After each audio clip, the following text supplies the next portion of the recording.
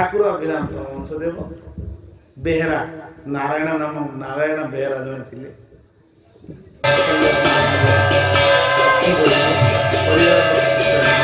ଖାଇବା ପିଇବା ବି ଅସୁବିଧା ହେଲା। ବୁଢ଼ାଟିଏ ବୁଢ଼ୀଟିଏ କ'ଣ କହିଲେ ଯତ୍ କୌରସି ଜଗତ୍ରାସ୍ତୁ ତୁ ଆଉ କ'ଣ ଦେବୁ? ସିଏ ଆଉ ଦେଖନ୍ତୁନି ଏଇଟା ପ୍ରଭୁ କ'ଣ କରିବି, ମୋର ତ ଗୋଟିଏ ମାଣ ବିଲ ଅଛି, এইটা যদি সেତିକି କଲି ସେଥିରେ ତୁମକୁ ନେଇଦେବି, ତା ଦେହରୁ ଯାହା ମିଳିବ ତୁମକୁ ଭୋଗ ଲଗେଇବି।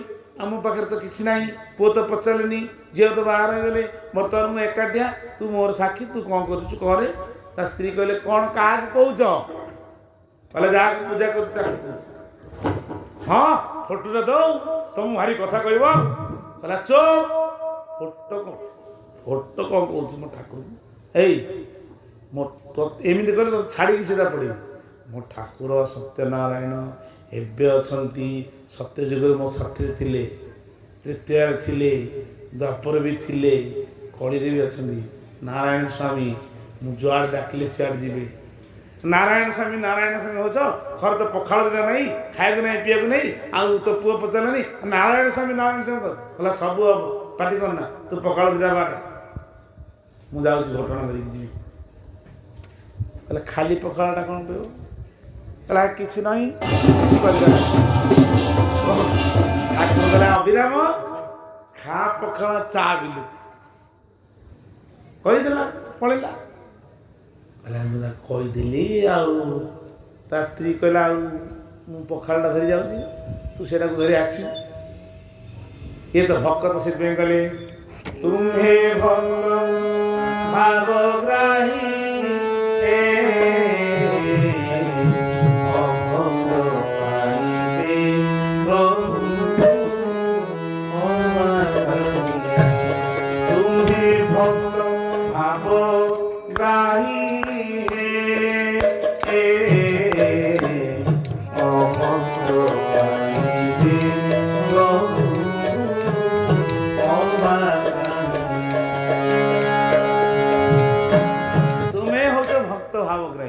ଅଭକ୍ତ କ'ଣ ଜାଣିବ ତମର ଭାବଟା?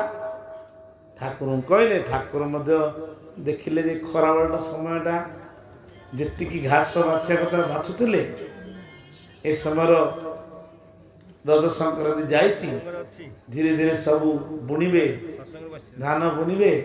କହିଲେ ମୁଁ ତ ବୁଢ଼ା ଲୋକ, ମୋତେ ତ 85 ବର୍ଷ ହେଲାଣି, ତୁ ମୋ ସହିତ ଖେଳୁଛୁ, ଇଆଡ଼େ କହିଦେଲୁ ସବୁ ସମୟ ତୋ ଶକ୍ତିରେ ଅଛି, ମୁଁ ଏକାଠିଆଟା କେତେ ଆଉ ମହି କରିବି, ଆଉ ଘାସ ଏକାଠିଆ କେତେ ବାଛିବି। ହଉ ଅଭିରାମ, ଏଇନେ ତୋର ଯେ ପଖାଳ ଦିଟା ଆଇଛି, ଆସେ ଖାଇବୁ, ବରଂ କା ମୋ ସହିତ ମୋତେ ଟିକେ କୃପା କରେ।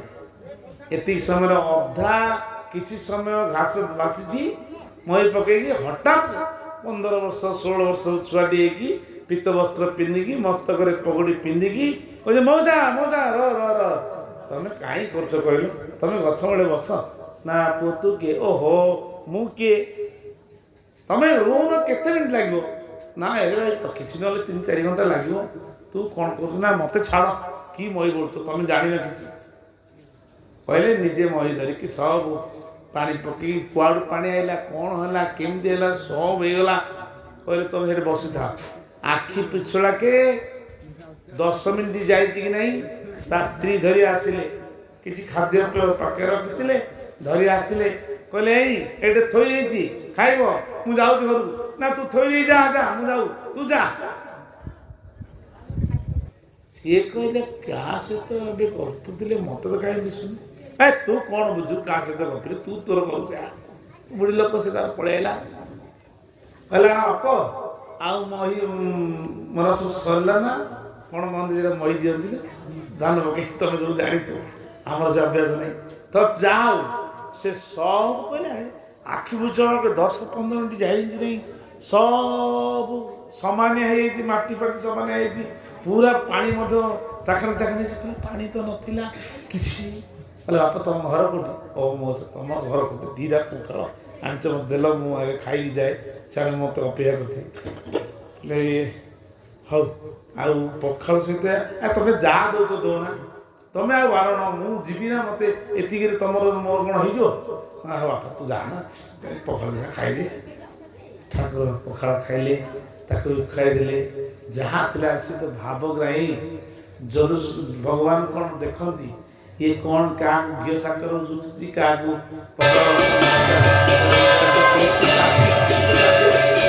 ଖାଇସାରିଲା ପରେ କହିଲେ ମଜୁରୀ ଫଜୁରୀ ଦେବନି।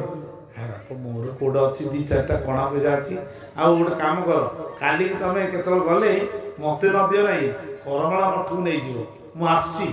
କହିଲା କରମଳା ନେଇଛି ମାନେ କ'ଣ, ତମ ଘର କୋଉଠି? ମୁଁ ଆସୁଛି ପରା। କହିଲା ଯେମିତି ସେ ଥାଳିଟାକୁ ଅଇଁଠା କଲା ସାଙ୍ଗେ ସାଙ୍ଗେ ଅଦୃଶ୍ୟ ହେଇଗଲେ। ଆନନ୍ଦ ଆସିଗଲେ। ଏ ସମୟରେ ପଣ୍ଡିତ ବାବା, ପ୍ରଭାକର ବାବା, କୃଷ୍ଣା ମା, ପାଞ୍ଚାଳି ମା କହୁଛନ୍ତି, ପଶ୍ଚିମ ପଟକୁ ଅନେଇଛନ୍ତି, କୁଆଡ଼େ ଠାକୁର ନାହାନ୍ତି, ଅନନ୍ତ ଶ୍ରେଣୀ ନାହାନ୍ତି, ଉପରେ ନାହାନ୍ତି, ତଳେ ନାହାନ୍ତି। ବୋଲେ ଅଧଘଣ୍ଟେ ହେଲାଣି, ଉପରୁ ତ ଆସିବା କଥା। ଡାକୁଛନ୍ତି ଆସ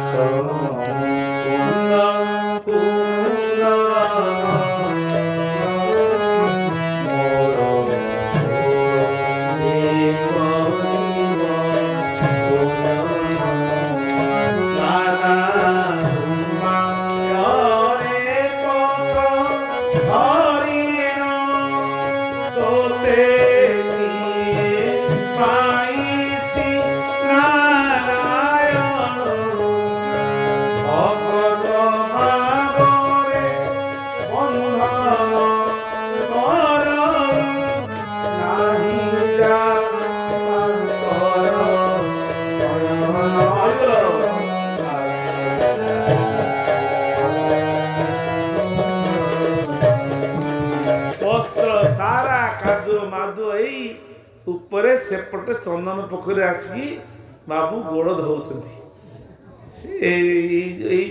ଏଇପଟ ଆଡ଼ୁ କିଛି ନଥିଲା ପୁଣି ରାସ୍ତା। ସେ ବାବାମାନେ ଯାହା କହନ୍ତି ଚାଲି ଚାଲି ଗଲେ। କହିଲେ ଠାକୁରଙ୍କ ପାଖକୁ ସବୁ କଲେ, ପ୍ରଭୁ କ'ଣ କାଦ ପାଦ ଏତେ ମାମତକାର ମୋ ଆଉ ପାଟାଣ କାଦ ତ ହେଇଯାଇଛି। ଠାକୁର କ'ଣ କଲେ, ସେ ବଦଳା ବଦଳି କଲେ। ଠାକୁର ପୁଣିଆ ମୁଣିଆ ମଣେଇ ହେଲା। ମଣେଇ ସରିଲା ପରେ 4ଟା ବେଳେ ବସିଲେ। ବସିକି ସେ ଉପର ମହଲାରେ ବସିକି ଠାକୁର କଥା ହେଲେ।